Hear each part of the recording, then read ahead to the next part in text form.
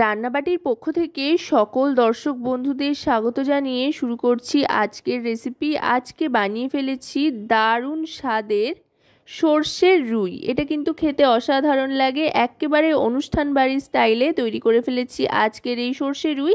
এর জন্য রুই মাছের পিসগুলো নিয়ে নিয়েছি, তাতে মাখিয়ে নিচ্ছি পরিমাণ মতো নুন আর হলুদ, তার সাথে নিয়ে নিচ্ছি কাশ্মীরি রেড চিলি পাউডার পরিমাণ মতো। এতে করে খুব সুন্দর একটা রং আসবে। আপনারা চাইলে কাশ্মীরি রেড চিলি পাউডারটা অ্যাভয়েড করতে পারেন, তবে হ্যাঁ, সর্ষের তেলটা কিন্তু অবশ্যই দেবেন, তাতে করে খুব সুন্দর একটা আর্দ্রতা আসবে মাছের মধ্যে। আর বেশ খানিকক্ষণ মাখিয়ে যদি মাছটাকে রেস্টে রাখা যায় তাহলে কিন্তু এর টেস্ট অনেক গুণ বেড়ে যাবে। আর তেল মাখিয়ে রাখলে মাছে তাহলে কিন্তু মশলাটাও খুব সুন্দর ইনসিস্ট করে। এদিকে মাছটায় নুন হলুদ তেল মাখিয়ে নেওয়ার পর মশলা তৈরির জন্য নিয়ে নিচ্ছি এখানে কালো সর্ষে 2 টেবিল চামচ মতো, আর এর সাথে নিয়ে নিচ্ছি সাদা সর্ষে। আপনারা চাইলে যে কোনো একটা সর্ষে দিয়েও কিন্তু বানাতে পারেন, আবার 2 রকম সর্ষেও ব্যবহার করতে পারেন। আপনাদের যেটা পছন্দ সেরকমভাবেই করতে পারেন, এতে কিন্তু স্বাদের খুব একটা কিছু হেরফের হয় না। এবার নিয়ে নিচ্ছি সাদা তিল। সাধারণত আমরা পোস্তর ব্যবহার করে থাকি, তবে একবার সাদা তিলের ব্যবহার করে দেখবেন, এই রেসিপিটাতে খেতে কিন্তু দুর্দান্ত লাগবে। এবার 2 রকমের সর্ষে আর সাদা তিল শুকনো অবস্থাতেই মিক্সার জারে দিয়ে দিলাম, আর দিয়ে দিচ্ছি 1/2 চামচেরও কম নুন। শুকনো অবস্থাতেই 4টেকে পেস্ট করে নেব। তারপর এই গুঁড়োটার মধ্যে দিয়ে নেব সর্ষের তেল। অবশ্যই কিন্তু সর্ষের তেলই ব্যবহার করবেন এই মিশ্রণটা তৈরির জন্য, যেহেতু সর্ষে বাটার, সেই কারণে 2 থেকে 3 চামচ মতো সর্ষের তেল দিয়ে নিচ্ছি। আর তার সাথে দিয়ে দেব বেশ কয়েকটা কাঁচা লঙ্কা। কাঁচা লঙ্কার পরিমাণটা আপনারা আপনাদের স্বাদ অনুযায়ী কিন্তু কম বেশি করে নিতে পারেন। আমি 4টে মাঝারি সাইজের কাঁচা পাকা লঙ্কা দিয়ে দিলাম। এবার এর মধ্যে দিয়ে দেব সামান্য জল আর পেস্ট তৈরি করে নেব। আর এদিকে কড়াইতে সাদা তেল গরম করে তাতে 1 চিমটে নুন দিয়ে মাছগুলো ছেড়ে দেবো ভাজার জন্য। যে কোনো মাছই ভাজবার সময় তেলে যদি সামান্য একটু নুন দিয়ে নেওয়া যায় তাহলে কিন্তু মাছগুলো লাগে না, তেলের সাথে খুব সুন্দরভাবে ভাজা হয়ে যায়। মাছ ভাজতে কোনো রকমের সমস্যা হয় না। এটা কিন্তু মাছ ভাজার একটা টিপস বা ট্রিক্স হিসেবে আপনারা কাজে লাগাতে পারেন। মাছগুলো এপিট ওপিট করে লালচে করে ভালো করে ভেজে নেব। এবার একটা প্লেটের মধ্যে নিয়ে নিচ্ছি সমস্ত গুঁড়ো মশলা এক এক করে। প্রথমেই নিয়ে নিচ্ছি হলুদ গুঁড়ো, তারপর নিয়ে নেব রোস্টেড ধনে আর জিরে গুঁড়ো 1 টিস্পুন পরিমাণে। এবার নিয়ে নিচ্ছি কাশ্মীরি রেড চিলি পাউডার, যেহেতু কাঁচা লঙ্কার ব্যবহার আগেই করেছি সর্ষে বাটার সাথে।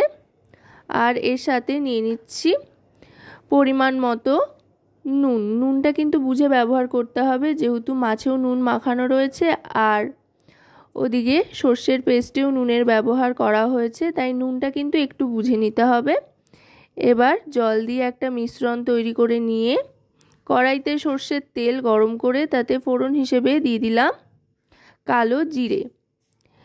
কালো জিরে ফোড়ন দিয়ে গ্যাসের ফ্লেমটা মিডিয়াম টু লোতে রেখে গুঁড়ো মশলার যে মিশ্রণটা তৈরি করে নিয়েছি, হলুদ লঙ্কার গুঁড়ো রোস্টেড ধনে জিরে পাউডার আর লবণ দিয়ে, সেই মিশ্রণটা দিয়ে একটু ভালো করে মিশিয়ে নেব। আর এই মিশ্রণটার থেকে তেল ছাড়া পর্যন্ত একটু অপেক্ষা করতে হবে।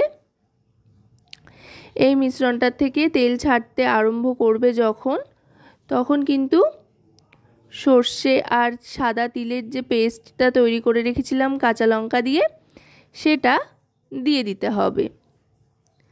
আশা করব রেসিপিটি আপনাদের ভালো লাগবে। ভালো লাগলে অবশ্যই রান্নাবাটি চ্যানেলটিকে সাবস্ক্রাইব করে লাইক শেয়ার কমেন্টের মাধ্যমে আমাদের পাশে থাকবেন, আর পাশে থাকা বেল আইকনটিকে অন করে দেবেন সবার আগে সমস্ত রকম নতুন রান্নার নোটিফিকেশান পাওয়ার জন্য। আর যদি রেসিপিটি আপনারা আমাদের ফেসবুক পেজ থেকে দেখেন তো অবশ্যই রান্নাবাটি ফেসবুক পেজটিকে ফলো করার অনুরোধ রইল। দেখুন কথায় কথায় কিন্তু মশলাটা একেবারে কষে এসছে। এবার সর্ষে বাটার বাটি ধোয়া জল দিয়ে দিলাম। যে কোনো রান্নায় মশলার বাটি ধোয়া জল দিলে কিন্তু রান্নার স্বাদ অনেক গুণ বেড়ে যায়। এটা কিন্তু আমার কথা নয়, মা ঠাকুমাদের রান্নার টিপস বলতে পারেন। এবার ভালো করে ঝোলটা একবার মিশিয়ে নিয়ে গ্যাসের ফ্লেমটা মিডিয়াম টু হাইতে করে দেবো। আর একটু জল দিয়ে দিলাম।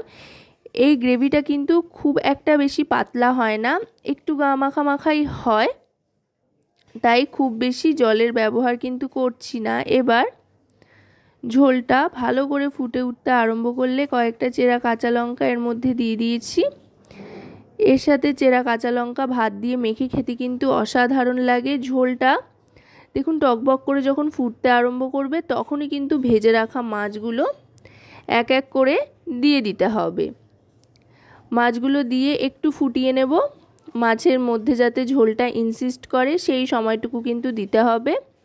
এবার গ্যাসের ফ্লেমটা মিডিয়াম টু লোতে রেখে মাছগুলো একটু হালকা হাতে এপিট ওপিট করে ওলট পালট করে নিতে হবে। করে নিয়ে তারপর কিন্তু 1 মিনিট মতো স্ট্যান্ডিং টাইমে রেখে দিতে হবে। তাতে করে দেখবেন ওপরে খুব সুন্দর একটা তেল ভেসে উঠছে। সেটাই কিন্তু রান্নার আসল মজা। দেখতে যেমন অসাধারণ লাগবে, খেতেও কিন্তু দুর্দান্ত লাগবে। গ্যাসের ফ্লেম অফ করে 1 মিনিট মতো স্ট্যান্ডিং টাইমে রেখে দেওয়ার পর দেখুন কি দুর্দান্ত দেখতে লাগছে। কোনো অনুষ্ঠান বাড়ির থেকে কিন্তু কম নয়, অনুষ্ঠান বাড়ির কথাই মনে করিয়ে দিচ্ছে। তো এবার আমি আস্তে আস্তে সার্ভ করে দিচ্ছি। দুপুরবেলা গরম গরম ভাতের সাথে যদি এরকম মাছের একটা রেসিপি থাকে তাহলে আর কি চাই বলুন জীবনে সুখ শান্তির জন্য। তো আজকের এই রেসিপিটি আপনাদের কেমন লাগলো সেটা কিন্তু অবশ্যই আমাকে কমেন্টের মাধ্যমে জানাবেন। আর রসনা তৃপ্তির জন্য বাড়িতে ট্রাই করতে ভুলবেন না।